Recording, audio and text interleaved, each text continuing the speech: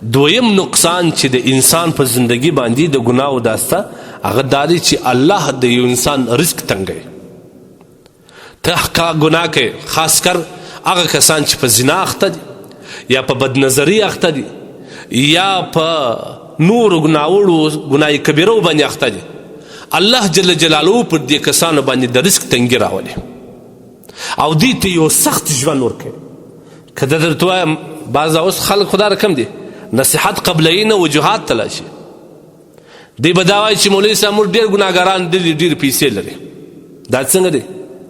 ګوره دا زده که د رزق تنګي دا نه منه چې الله پاک جل جلاله د ده څه رزق واخلي. یوه معنا یې د هغه ده چې رزق به کم وي، پیسې به نه لري. بله معنا یې بیا د دې دا ده چې رزق به لري، پیسې به لري، جایدادونه به لري، مارکیټونه به لري، رنګ اسباب به د دنیا لري، لیکن الله جل جلاله به د ده د زړه څخه چین او سکون وباسي. آرام ژوند به نه لري، د سکون ژوند به نه لري، همیشه به پریشان وي.